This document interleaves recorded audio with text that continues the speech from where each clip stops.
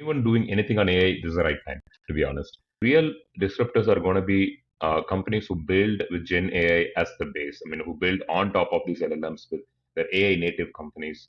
That's going to be the real disruption.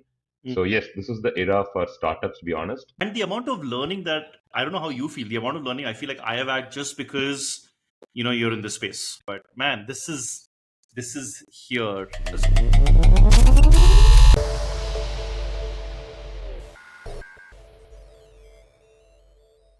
Cool, Shiva. Yeah. Awesome to have you here on the Everything AI podcast. I feel like this is like our third innings. I have interviewed you for things around sales. We have had content. We've had you create content for us at Master Life. I feel like this journey keeps coming back at different timelines, right? So thank you for doing this, and I'm actually quite excited to talk to you because you've been obviously through the whole journey of creating a massive services business, selling it, going through the process of working with a much larger enterprise, and now this is your product play, right? Yes, So absolutely. yeah. And thanks again. I mean, glad to be here. Yes, like you said, third innings. But what's also interesting is we both were on different, I would say, units doing different things in all these three different avatars. So congrats to you as well for starting everything AI. Excited to see this journey, and I think it's the right uh, time as well for all of us. Anyone doing anything on AI, this is the right time, to be honest. So I'm with you.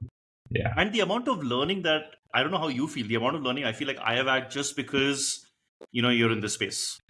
Like because you're building stuff, you're talking to people. I'm getting the chance to talk to you, and I'm hoping you can obviously tell us a little more in terms of what's under the hood. But man, this is here. So maybe what we'll start with, Shiva. I usually with a lot of the guests start with your story, then kind of get into the product. Why don't we reverse it? And you tell me, what are you seeing in the Gen AI space? You feel like AI is I mean, you tell us more from an enterprise side. What are you seeing? How are you seeing? I mean, also in terms of your bullishness in the space itself, right? Like, yeah. so what's your perspective? Yeah, no, absolutely. So I think I did a post recently on LinkedIn about it. Uh, Gen AI is very similar to the cloud revolution that happened about 10, 15 years back. It is an infrastructure, right? It is not an API. It's, people see that as an API call, but yes, but actually I look at Gen AI, the LLMs and the other foundational models is more of infrastructure on top of which you could build your apps. Now, big enterprise companies established ISVs. They like Salesforce, for example, they launched Salesforce Genius. So they adopt Gen AI because they're incumbents. But the real disruptors are going to be companies who build with Gen AI as the base. I mean, who build on top of these LLMs with their AI native companies. That's going to be the real disruption. We already started seeing the adoption by these large enterprise, I mean, ISVs, are adding a bit of value. It is like adding a smart, intelligent chatbot, I would say, to your existing software. But beyond that, if you have to kind of really become AI native, you'll have to redo the whole architecture. It's a very, I don't know how many ISVs are going to do that because it's like killing your own business and rediscovering. So, yes, this is the era for startups, to be honest. The same way how I felt when starting Power Up Cloud, which was on the cloud side almost about 8 years back. I feel all over again. I mean, I feel the same way all over again, actually, to be honest. Nice. So how did you come across this use case, and how long have you been dabbling in this use case itself, or is that pivoted and it's led to Lyzr? Yes. So it's been always Lyzr from the start. Luckily, because the idea that we wanted to solve was very clear from day one. So a bit of history, right? So after I sold the previous startup in 2019 to LTI, I went on to lead their global AWS business. When I left LTI, which was last December, we were already a $200 million plus business. But during that time, I felt a need for an easy to use insights platform that a business leader should use. So, take in my case, I was at one point in time handling $200 million worth of sales, but the analytics tools I had were Excel sheets and Power BI. And I could do only, I mean, what's say, few pivot tables. I can write macros. I can even write Power Queries on Excel. I can do some slice and dice on Power BI. But that's it. I mean, it's these are not insights. Insights, I still have to look at these analytics and I'll have to come up with insights on my own. So the idea was very clear. Okay, what if we build a co-pilot, a data science co-pilot, which can actually help all the way from the CEOs to your field sales executives, who can in one click get insights, get their questions answered, get more questions recommended by AI, so that they don't have to even worry about what to analyze. So that was the whole idea. What if it's like literally having a data scientist by your side who keeps poking you, telling you, hey, you know what, look at this, look at that metric, this is what's happening. What about this idea? That was the whole idea, which came in 2022, and we started thinking about it. And in 2023, when we started building, GPT-3 was around, so we started dabbling with GPT-3. But when 3.5 came and then 4 came, it got very clear that, you know what, now I think we can do this, we can make this happen. It's like Yeah. James Cameron waiting for technology to catch up to do Avatar, right? So it's like we wanted to do this, then GPT-4 and 3.5 and 4 came. Yeah, boom, I mean, we knew that we Yeah. can bring this idea to life. And it creeps up on you very quickly. I feel like November-ish. I mean, I start dabbling in November 2022, and just like the number of things that's happening today, as of with this in September. I mean, if you're one of the early movers in the space, it'll be like the cloud. No, like in like a year, you might have 25 competitors waiting to all dabble in the same space with this input of data and plus of visualization and insights, right? Uh, but are you seeing this more as overall? Are you seeing this more co-pilot? Like, are you seeing AI more as a co-pilot, or are you seeing something else also which is interesting? No, currently that's the flavor. If you see the summer 23 batch of Y Combinator, almost half of the companies are co-pilots actually. So that's the flavor. I think it's the maturity of the whole technology, the whole adoption. And you know this anyway, right? Startups are the ones who think innovatively, who move really fast. And if you see from that perspective, Copilot is I mean, is currently probably the best that you could do with LLMs. I think we will evolve from Copilot towards more automation, autopilot. That's where I think things will evolve, and that's what even we have as a I would say a vision for Lyzr as well. What if we can build the AI co-worker of the future? What if Ani, your editing coworker is actually AI and not a person. Hmm. That is, what if your prospecting coworker is not a person but an AI? That's the whole idea. I think that's where things will evolve. But I think we are on the right path. Copilot is current, autopilot is the future. I think why don't you spend a minute or a couple of minutes talking about Lyzr, because I think we just jumped the Okay, gun and got into it. So tell okay, everybody what Lyzr does at the core of it, maybe even the flow. I mean, I've played around with the demo a little bit, but yeah, for the audience, then we okay. get into the audio. Absolutely, yeah. I'll do that quickly. I like this Steve Jobs statement once. Somebody asked him, "Hey, why does iPhone doesn't have a manual?" And he said, "Look, it should be so easy to use, so simple to use. You shouldn't even think about reading a manual to do a certain thing, whatever task you want to do." So that was the whole. That's always like deeply embedded. So whenever I look at a product, I always evaluate from that perspective. So Lyzr is that product for business leaders to get insights and recommendations. Analytics is overused, so I'll probably not say analytics anymore. It's more around insights and recommendations, and the LLM era is actually helping all of us to do that. So, in a nutshell, how Lyzr works: either you upload your CSV or Excel sheet, or connect to your data source like a Salesforce or HubSpot, or your database like Google BigQuery or Redshift, whatever the data sources. Connect them. Lyzr automatically and dynamically understands the context of your data. You don't have to explain what your data is. You don't have to. If you do explain, it makes it easier for the platform. But otherwise, we built in such a way that it is dynamic enough to understand the relationship between data that you have, and we are able to. That Lyzr then recommends AI queries for you. So it recommends the analysis queries that you could run potentially on your data, which is again a major roadblock when it comes to business people using analytics, because you will always think about 5 or 6 metrics to analyze, but beyond that you kind of hit a roadblock. So here Lyzr opens that up. It gives you 20, 40, 100 queries for you to analyze. 20 at a time. You can keep refreshing to get more and more queries. So when you look at those analysis queries, you get an idea. You know what, I never knew I could look at my data from this angle. I never knew I could do a correlation between this data and that data. So you get a lot of ideas. So you click on the any of these queries, you get the results. You will see a beautiful graph, a chart. You will see, but the point is, again, people might not be able to say decipher a scatter plot diagram. It's difficult. The slope, unless and until you're a data scientist, is difficult. So Lyzr explains all the results as in the form of insights in a simple layman term so anyone could understand. And the best part is then it gives you recommendations. It tells you, hey, you know what? Based on this analysis, these are the insights. And you know what? You could do these things. You can actually try A, B, and C. It gives you three recommendations that you can try on that particular problem. So this is what Lyzr does. You can actually run hundreds of analysis, get insights, get recommendations in a matter of minutes. It's powered by GPT-4 in the backend. We are opening up to Claude and Llama and other models as well. So that's and it's free to use. I mean, if you have your GPT-4 key, you're free to use the platform. Community Cloud is free. If you don't have it, and if you need a higher, I would say, limit, you can always move to the Pro Cloud version at $99. It's super simple to use.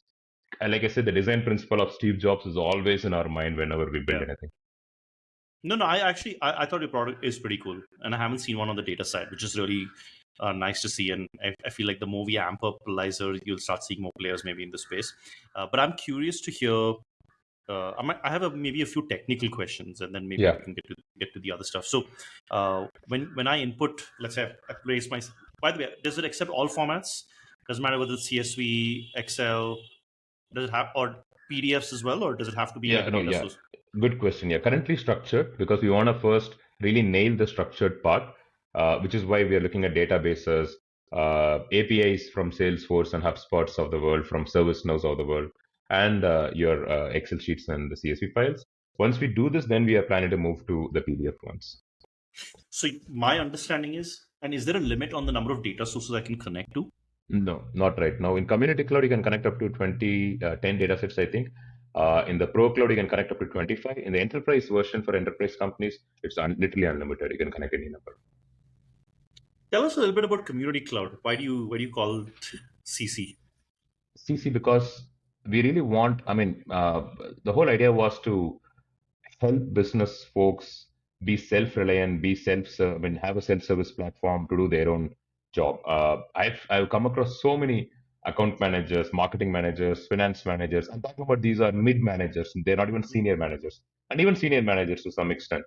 Uh, I mean, there is always a block when it comes to answers. They need ideas. They need new ideas. They either look up to their boss, or they look up to their peers, or they go and read online. There's only so much they could do, and they are running. They're always running. They're literally hustling every day. So the idea was to take this platform to their reach, and the best way to do that is to have a free version always available that they could use with their GPT key. I mean, now anyone can get a GPT-4 key in a matter of 5 minutes. You just have to log into OpenAI, create an account, you get your GPT-4 key. So we thought Community Cloud is the best way to take the product to the masses, to more and more people adopt and use it without the headache of paying to anyone. Let us look at commercially, right? The Pro Cloud plan that we have starts at $99 per month. But if you use Community Cloud, your OpenAI GPT-4 bill for the whole month would probably be $5 or even probably $2 to $5. So in $2 to $5, you get to do the same thing. It's I mean, it has all features as Pro Cloud. Just the limit is slightly lower. But for any, I would say, regular business user, 50 insights per month is quite sufficient. So that's why Yeah, the whole idea was to get it to as many people as possible. I, And I have so SMBs, many. Yeah, I mean the applications used, and I see so many. I mean, I have so many questions as and when you keep talking about this. So Shiva, in terms of data sets today, it's an upload data set, right? Like, do you also maybe it's in the pipeline? You're already doing this today. I can tell you, like, as a marketer, I am looking at 5 data sources, right? There's Google Ads, Google Search Console, Facebook, HubSpot. Are you also building some form of integration with all of them, or is that correct. already available today? No, we are building that. The multi data set integration is something that we're working on. Um, Again, we don't want to do it the manual way. If it's the manual way, we could have done it right away. Where we will ask you as a user to go through the whole issue. I mean, what to say, the process of connecting two data sets, connecting the primary key, foreign key relationship. But we don't want the user to do that because our users by nature are non-technical in nature. I mean, because we Yeah. want to allow anyone who doesn't code to do this platform. So what we did was we are working on the intelligent way of smarter way of doing it. You could connect your Salesforce with your CR, I mean with your ServiceNow data, along with your Google Analytics data, as long as we are able to establish a primary key foreign key relationship. So it'll be automated, and that's what we're working on. I think we can expect that feature to come about in about 2 to 3 weeks time max. Okay. So yeah. That's interesting. And I feel like you were talking about like it helps people be self-sufficient, right? And then gives you more ideas. You don't have to go to your boss, like kind of brainstorm. I think the other piece, which is huge, is I think it solves the bandwidth issue, man. Like I see this in a lot of enterprises, even like small companies. I was talking to someone recently. It's like, hey, I want to be able to do this without, like, they were like, hey, how do I build my own chatbot using email, let's say, right? Or how do I wireframe or convert my desktop version into a mobile app? And there are like AI tools for all of this. And founders today want to do this without taking on the bandwidth of a developer or of a technical person. So I think that is also cool with, I think, with Lyzr, which is, if I didn't have to get in touch with a data scientist and I could do a lot of the analysis as a founder also, amazing. Because some founders are maybe more on the feeling, people side, less maybe on the like breaking down into the insights piece. So I think that's pretty cool in terms of You're right, right. I mean, you don't have to be now underprepared in any of your meetings. If you are getting into a quarterly business review with the board or with the investors or with your bosses, you'll be able to nail that meeting. You will have 100 plus fantastic insights and recommendations. You will. I mean, all of a sudden, your smartness meter will go up to from yeah, somewhere around it three makes to you four look to good. ten. Exactly, Yeah. makes you look good, and clients as well. If you go to your clients and when you have data points about the client's competitors, what they are doing well, that's again massive. I mean, that you will actually close your deal right then and there if you are able to Mm, tell your client what they do not know, right? So that's, I mean, that's primarily the pain that I had running a large business previously, and even when I was running Power Up, I had the issue. I mean, you'll have to be what to say. You go into the meeting, you speak all the right things, but not necessarily with the right data. But what if you now have all the insights so that you can sound even mm, more genuine and even more credible, actually. So yeah. And I see the ecosystem kind of coming together. Like I did a workshop recently with a okay, I mean, like we're with Domino's, and they wanted to look at, let's say, competitor data, right? I mean, I feel like, I don't know, Lyzr could integrate with a scraper like Play, and you're able to scrape data from these sources, comes as a CSV, sits on yours, and then the analysis kicks in, right? yes, And then uh, what's happening is most, and actually to your point, a lot of these folks are spending 70 to 30% of their time, sorry, 70, presenting to the senior level. This is what the insights we've gotten. So, have you thought of, is there a deck presentation play that is in the pipeline? Have you thought of, as does it even make sense to kind of integrate with something like that? both the ideas that you mentioned makes absolute sense. We had customers even asking about it in few of our early demos and early users. There are fantastic AI companies, startups building that. So our plan is to integrate with them. Integrate with there is some, I think, something called Compete GPT. So there are few Compete OAs. So they are specialized in pulling out the competitor data, converting that into CSV, like you said, or into PDF, which we could use. So we would probably integrate with them. There are companies who are very good on the visualization part, right? I mean, we can try and attempt it, but when it comes to folks who really nail it, that's the best thing to do. So integrate with their APIs. So those API connectors are something that we are looking at to expand and integrate with other similar cool AI startups that we want to kind of work with. So that's it's a feature. So since our API is available, we can just integrate with anyone. So, if we had to look in the hood a little bit, no, Shiva. So this whole thing is GPT-4 powered, right? Then you Mhm. add this layer of data set which is uploaded, right?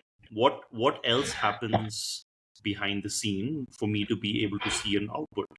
Because your output also gives me visualizations based on the data, right? Like you give me a histogram, you might give me a scatter plot.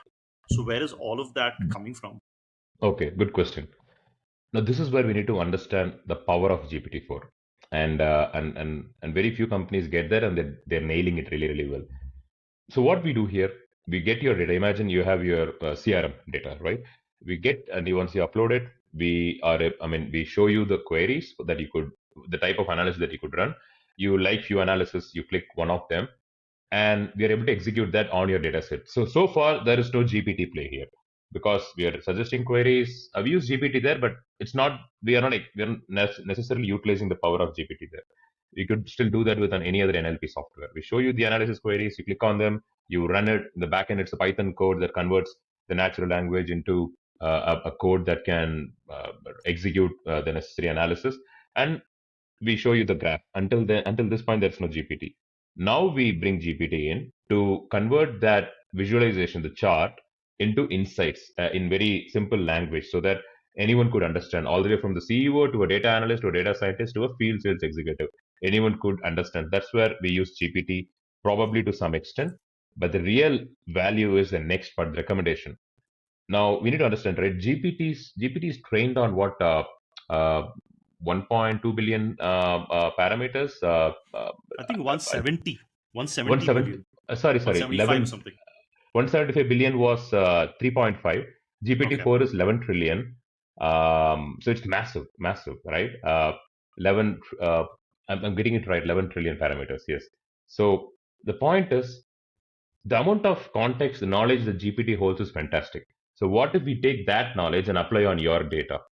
Yeah. Now you get really good recommendations. Some of the recommendations that we see, they're coming directly from the Michael Porter's book. Some of them are directly coming from a podcast, which a SaaS podcast transcribe. So this is how we are able to. It's like internet on working on Mhm. your data to give you insights. So that's the power of Madness. GPT-4, right? And GPT-5, I don't know what's the beast it's going to be. So hence we don't have to worry about infra. We need to worry about application. We need to worry about how do we get the right experience for the users and the right knowledge. So that's how we use GPT-4. That's what happens behind the book. So the visualization data set also is coming from GPT-4.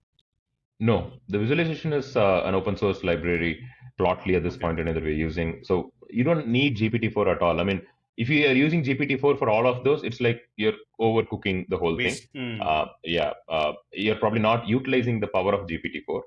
But the real power comes when it comes to extracting the knowledge that it has, the knowledge base that it has, and contextualizing that for your business, for your problem. If your problem is, hey, I have a high customer churn and I want to know what could I do? Imagine now GPT-4 is looking at your data and it gives you contextualized recommendations on what you could do for customer churn. If you go to ChatGPT-4 and ask questions, hey, I have a high customer churn, what could I do? It'll give you all generic feedback. Fantastic. You can further ask questions. But what if you take that and apply on your data? Now the recommendations will be very much contextualized. It'll Mm. actually tell you, hey, you know what? This particular product group is seeing we are seeing high customer churn, and the other product group is seeing a low customer churn. These are the reasons why the other product group is seeing low customer churn. So what if you take these strategies and apply on the other product group? So it is very contextualized. It inspires new ideas. It inspires new thought process for you. So you are now on a path to uh, actually try and fix them. So that's the whole idea for of Lyzr. Yeah. And I mean, Shiva, this is great. I mean, I love what you're saying because I also see a future where today it's one visualization, tomorrow it could be you showing five visualizations across multiple data points, and someone who is, let's say, a chief business officer is able to see across things, right? Like that also could be really cool, like a multiple dashboard like format. So I'm gonna maybe flip it a little bit. So you feel, what is your competitive advantage, you think, today?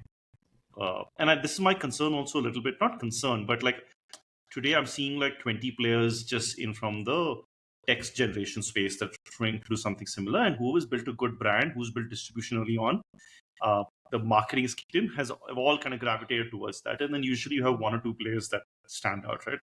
uh, yeah, so do you feel like you need to build a solid differentiator around this, or will it get built based on what you're doing? Because I'm adding all these data points, and that's the data that's sitting on your platform. Yeah. So good question. Uh, there are I know at least probably on top of my head I know at least 50 other startups who are doing in and around what we are doing, right? Somebody might be a lot closer, somebody might be like 50-60% there, but because they are tackling some other problem. But the basic fundamental of what we're doing is something that is not like rocket science. Anyone could do it, obviously.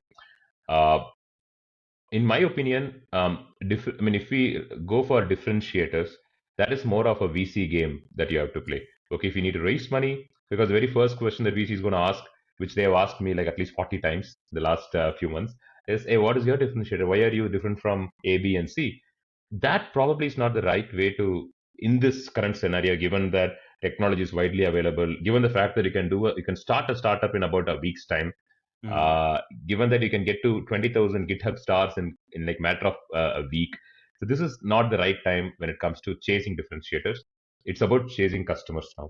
Go to customers, understand how they are using your platform, understand what features they need, and if it makes sense, start building that feature. So we kind of took that pivot almost a month back. We actually stopped doing any VC calls. All the VC calls so far that we received were inbound VC calls. We never reached out to any VC from our end. So we've stopped all the VC calls. We said, hey, you know what? We are in a building mode.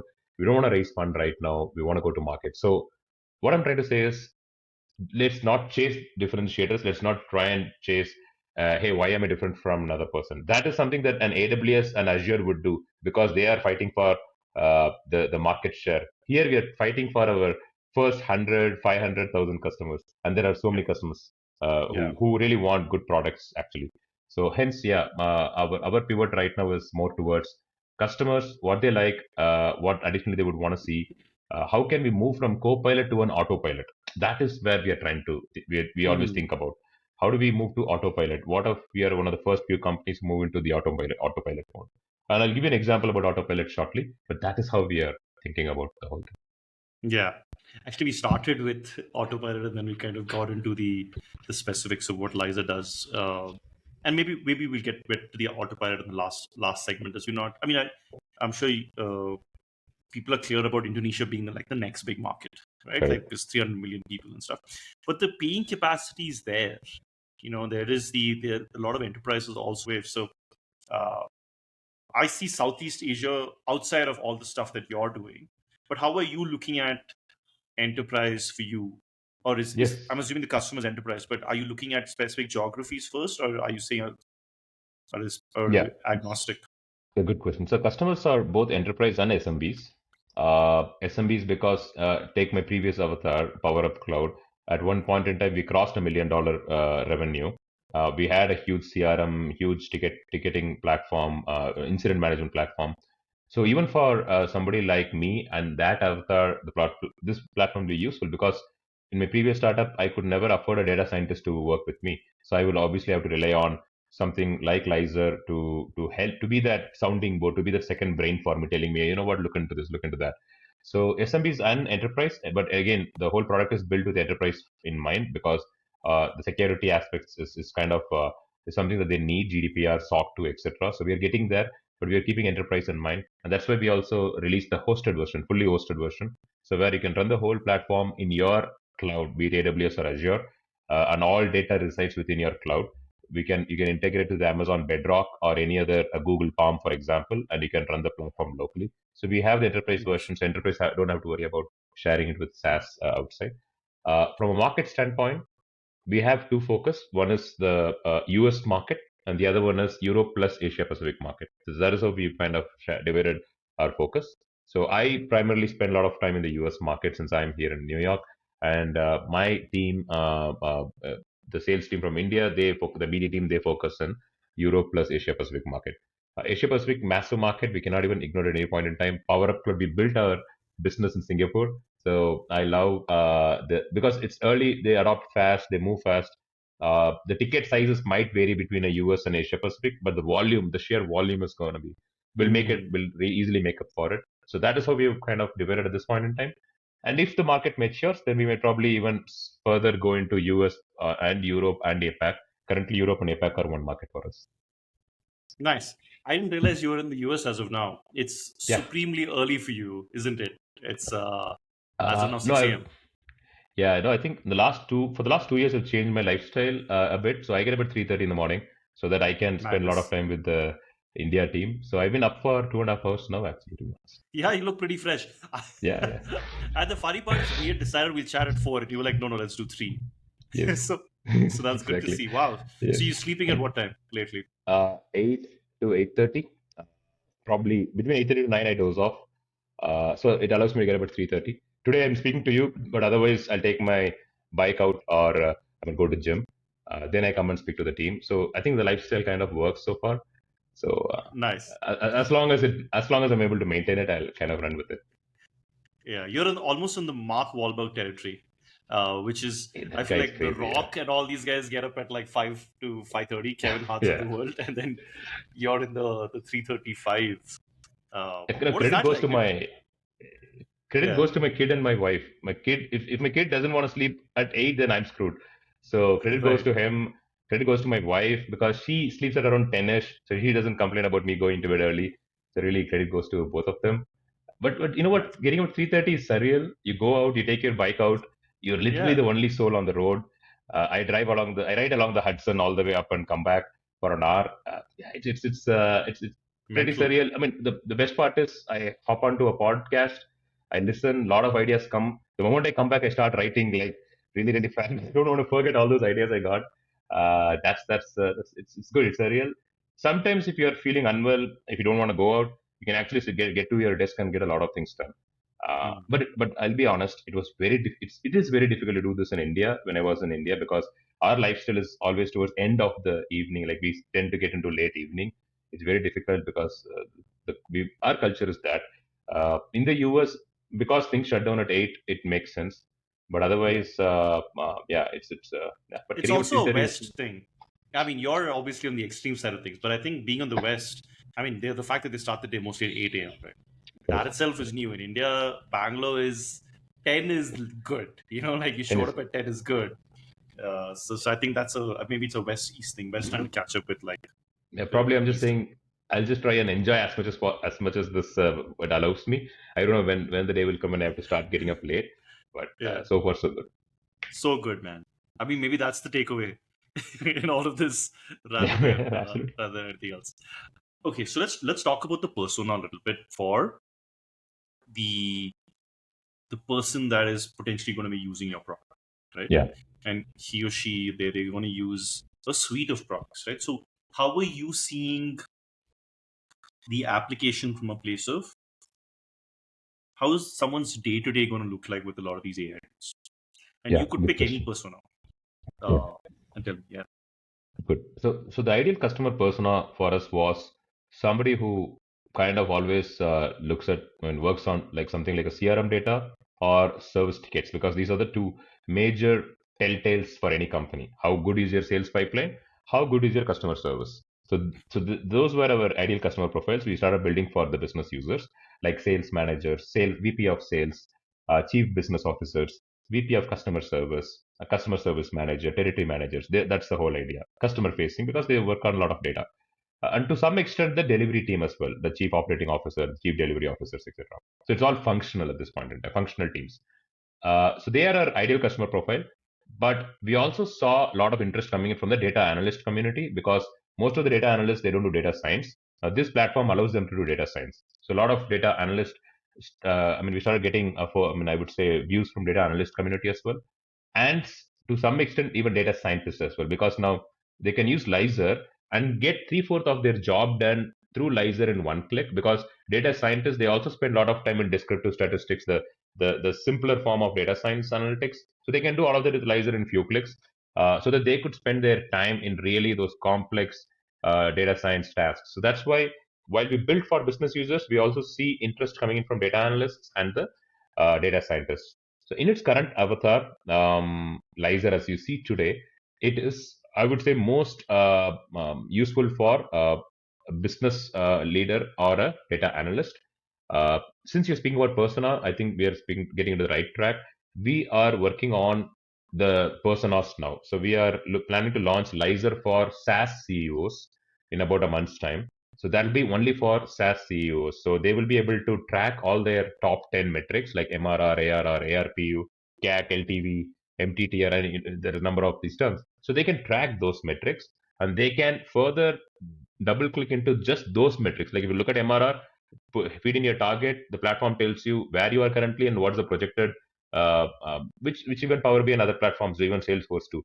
But then you can then start analyzing why is your MRR growing slow. So you get those analysis queries, you click on them, you get those insights and recommendations as well. So that is how we are pivoting towards the personas. So we are targeting SaaS CEOs to begin with. and then the customer success managers, and so on. So currently, the what you're seeing, Lyzr currently is, I think, more suitable for a more of a blue ocean analysis. You get in, understand anything, everything about your data. If you have a purpose, well and good. Otherwise, you can still do a lot of analysis, discovery of, insights and trends and patterns that you would probably have never seen before. But now, when we move into the personas, we then are going a little more focused with certain personas. That's how the whole thing is going to be evolving. Nice. No, the I see this as a good framework that you're creating, and I say that because like you're looking, it's a I feel Lyzr is a good framework to analyze today's data, right? Or obviously past data someone can. But I was looking at like if, for example, if I want to execute something in the future, let's say I want to go after a certain idea, are there data sources that I can connect to? Maybe it's a tool, maybe it's a platform to finally say this is because it'll give me the so like let's take an example of I want to build, let's say, a product which is a AI tool marketplace. Let's say we weren't doing everything here. We want to build that up. Can what can we start? Like, what are the data sources that you could connect to that could finally give me insights to say, uh, hey, the TAM is this much. It is growing at this much, right? Like, because GPT obviously has its own limitation. I know, like SERP API also you can have like layers of API, but is that even possible? If it's not possible, Lyzr, but is that even possible today with something like that? So imagine as a SaaS, let us take the SaaS CEO persona. What is if MRR is really in top of your mind? Imagine if you want to grow your MRR to say by 100% in the next year. That's your primary goal. You want to go after it. And if you want to do that work on MRR, you need to obviously connect the data through which we can obviously pull the MRR. So in a way, Lyzr tells you what data source to connect. So we'll be able to. It's all metric driven, right? So it's all that's the purpose now. You need to achieve this metric. So for this metric, this data is required. So you kind of achieve that purpose. Where I want to get to is like you said, what can we look into the future, right? So today with Lyzr, using your past data, you can predict your sales. You can do sales forecast. You can do all of that for customer forecast. You can do that today. It's simply time series analysis or some sort of regression analysis that we do, which Lyzr is capable of doing. The real value is today we already do this, by the way. We give you recommendations and we also show you the impact of recommendation. We also tell you, okay, if you do implement this, what happens? What is the impact? But today the impact that Lyzr presents are qualitative in nature. They're very they explain, you know what, you will probably do better, you will double your sales, etc. We want to get into quantitative. That's what we're working on. What if we get into a scenario where we can simulate things for you and show you that, imagine if you implement recommendation A, this is the impact that it will have from a quantitative standpoint. If Hmm. you implement recommendation B, it will show you the impact. So that's the simulation part, and that is where we're getting into the autopilot zone, because now you are getting into a Yeah. territory which was not possible before.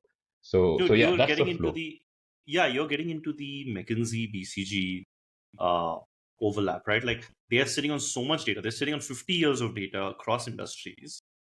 They are essentially doing predictions for larger companies. You could have an analyst associate that says, I'm going to input this data on Lyzr and give me the impact of the recommendation. The impact of the recommendation so far has been guesstimation, right? We, So, I mean, I don't know how we never spoke about it, but actually we're working with McKinsey and EY consultants who are okay. actually helping us on shaping the recommendations for this recommendations and the impact analysis part, because eventually that's what comes down to, right? I mean, Ani, in your scenario and my scenario, Yeah. what it takes for us to build these companies into multi-million dollar companies, that's what running in our mind. Obviously we need to help customers. That's the only way to reach. How can we serve our customers better? How can we get more customers on board? How can we improve the lifetime value of each of our customer? How can we improve the ARPU of each of every customer that we have? So that's why the impact analysis comes into picture. We're already working, I mean, we have them on board with working with us. So yeah, I think we're on the right path probably. Awesome. Cool, man. I'm excited for your product get started. I mean, happy to help in any way Absolutely. to push the word out. Obviously, see like if there's any. I mean, I realize the big markets in the US, but if there's anybody that you want to get in touch with, I'm happy to help. Yeah, absolutely. Yeah, I think it's still early stage. Like I said, it's not about competitors anymore. It's not about differentiators anymore. It's about actually customers. Go to customers, help them what they want. I mean, in fact, we even get some ideas from customers, right? So one of our uh, customer that we're speaking to is a software omni-channel commerce platform, and they want to use Lyzr API so that they can integrate Lyzr natively in their app and replace their Hmm. existing dashboards for their users. So currently, Very like interesting. how you see in your credit card, like in your bank statement, sorry, bank app, all those are pie charts, bar charts, some tables. What if we replace all of those analytics views with Lyzr view, where it's more of AI queries, click on them, analyze. So it's more of your what you want to do rather than what they push to you. Right? Hmm. And when we were discussing that, something came, a spark came. You know what? By doing this model, we will know what your customers are more worried about. Because in the earlier model, when the customers look at pie chart and bar chart, you really don't read customers like what they really want. But when they click on a particular query, okay, how much did I spend last month? Did my credit score Hmm. go down because of this purchase? Now you're able to really even more understand what your customers are trying to do. So it's a very different way to uh, look at customer behavior. This idea came up, so we're working with them on the API launch as well, so that they could just integrate our API. You get the whole UI, the whole experience within your app. So yeah, customers, everything comes down to customers now. Can we solve their problem? Can we help them really uh, grow their business with a platform like Yeah. this?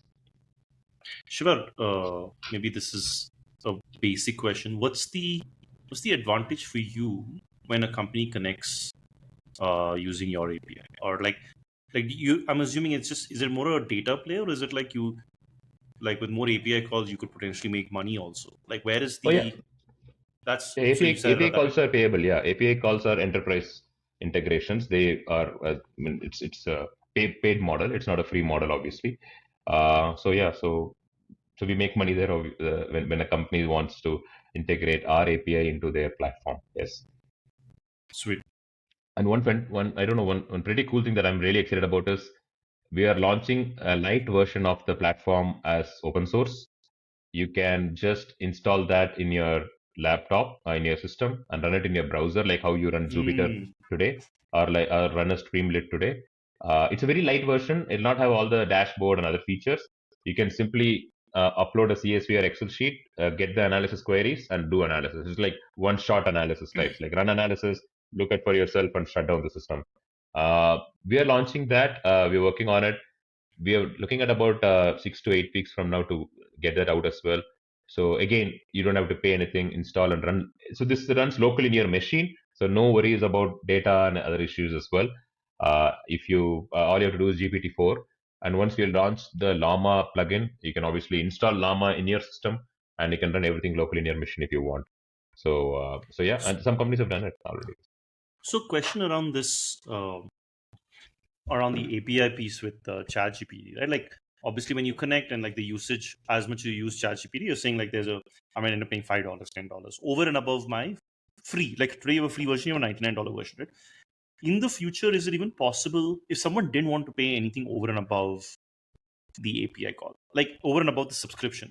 Like I get, like Hmm. it's like AWS in some sense, right? The Correct, correct. more I Usage based. Yeah. usage based, right? I'm saying, is there no way escaping the usage based? Like what would a company want to do to say, man, because does it make sense to build your own LLM out and then this is your data sitting on top of it? Because that can suddenly get really expensive. So what would you recommend there if they didn't want to pay anything above a tool?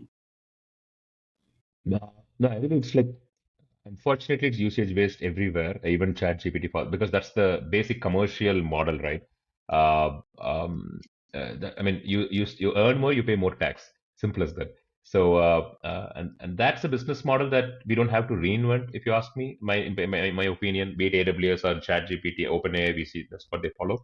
But the API model is quite, I would say, cost efficient compared to the Pro Cloud version, because Pro Cloud is the full suite. You get the whole software. You get with all admin controls, and if you go to enterprise version, you get admin controls and everything. API is a very lightweight version. You just use the platform in the backend, because we continue to improve our backend models. So hence API is obviously the lighter version. But yeah, there is no escape from a usage based model. But most companies, my opinion, most companies will be able to uh, kind of use the API model I would say within the ceiling, within that $100 range, they can actually Hmm. serve thousands of customers actually in their Okay. right, because per click is about 2 cents or something like that. Hmm. So you Plus, can it'll be actually cheaper over serve time also. No, exactly, that's another thing. exactly, Yeah. exactly. Yeah. Cheaper and more Sweet. powerful. For me, GPT-5, I'm looking forward, and Meta Llama 3 and Claude's model, because they're just gonna go from they're gonna just go crazy from here on. That's prediction. So we don't have to worry about that. We'll focus on this part, Yeah. this whole idea. Awesome. So maybe one parting thought before we wind this down. If you had to give any advice to somebody who is looking to start something in AI, right? Like they have their own core competency, they're in a certain function or an industry. If they want to build, either it could be their own AI startup, or they want to bring AI into their company or AI What to power do? that segment, what advice would you give them? Yeah. Uh, Again, I was again speaking to someone yesterday on this. The best way to build a Gen AI company or any a startup on top of Gen AI is to really know Gen AI by coding. That's the best way. ChatGPT Playground is fantastic. You kind of get the semantics of it. But when you start really writing a program using LangChain or the chat completion or any of the other libraries available, Python libraries available, you are able to really understand how things work better. You're able to experiment a lot in real time. You're able to integrate things, APIs, and work on. So someone asked me yesterday, okay, how do I get started? Same question, right? So I did these three things, which kind of now allow me to play around without a developer help. I can just go write my own code. So most of the core code that Lyzr runs on were written by me, and then I have a fantastic team who then bring their software engineering skills to obviously build the whole product out for us. So these are the three things I did. I There is the 6-hour Python course by Mosh in YouTube. I went through the whole course. By end of it, you will be able to write simple Python programs. Number one. Number two, the Gen AI course by Google. It's a free course. It's a Gen It AI is course really by good. Google. Yeah, that's good because that gives you the basics of, okay, what is BERT, what is a transformer, how they work, and all of this. You conceptually understand how the whole thing works, how really a context window works. What is the transformer model? What is the concept of guessing the next best right BERT? So the second thing, so that it gives you the foundation. The third, because Python and this Gen AI are parallel. You can do Python learning and then you can do the Gen AI learning, which goes in parallel. Once you do these two, then comes to the experiment part, which is where LangChain comes into picture. I follow a few podcasts. There is this person called Greg. You can just, if you type in Google Greg LangChain tutorials, you'll get his channel. You just have to follow his channel. You have all the, I would say, code also available. He takes you through step by step how to write a LangChain program, how to call, and also Sam. Sam is also another person. Sam LangChain tutorials. You'll get him as well. These two are like prolific, uh, um, I would say, coders in this space who I kind of follow a lot. I speak to them on Twitter as well. So yes, these are the three things that I did, which gives me a lot of confidence that I can play around with anything. Now I've installed Llama 7B in my system. I'm running it locally. I've installed the quantized version. So all this was possible because I started learning. I started doing these Hmm. things. I used to code. I mean, in Tesco days when we started, I used to do Teradata, JCL, COBOL like 10 years back. But starting again was very different, but it's actually easy. I mean, the whole journey started in Jan, Feb, I think. But yeah, I'm coding. And some of the days, like you said, so when I get at 3:30 in the morning, we don't want to go out, I'll sit and code actually. So that's Nice. my advice. These three things: Python, Gen AI course, and LangChain will actually get you pretty close to really understanding how these LLMs work. And understanding how LLMs work is super important for you to, when you think about building an AI company on top of Gen AI, which is going to be the future, to be honest. Awesome. Cool. Cool, Shiva. Thank you for your time. Thanks, Anish. I will, and thank you for doing this from the US. And we hope that you have a productive day, No, given it's six absolutely. thirty in the morning for you. No, thanks for that. Thanks for taking time again. Closely following your blogs and everything AI. I never knew until one day I saw what is everything AI. I mean, because keep following your blogs, the posts and the videos that you do. But then when I saw everything AI, then I realized, okay, now there is something that he's hooked on.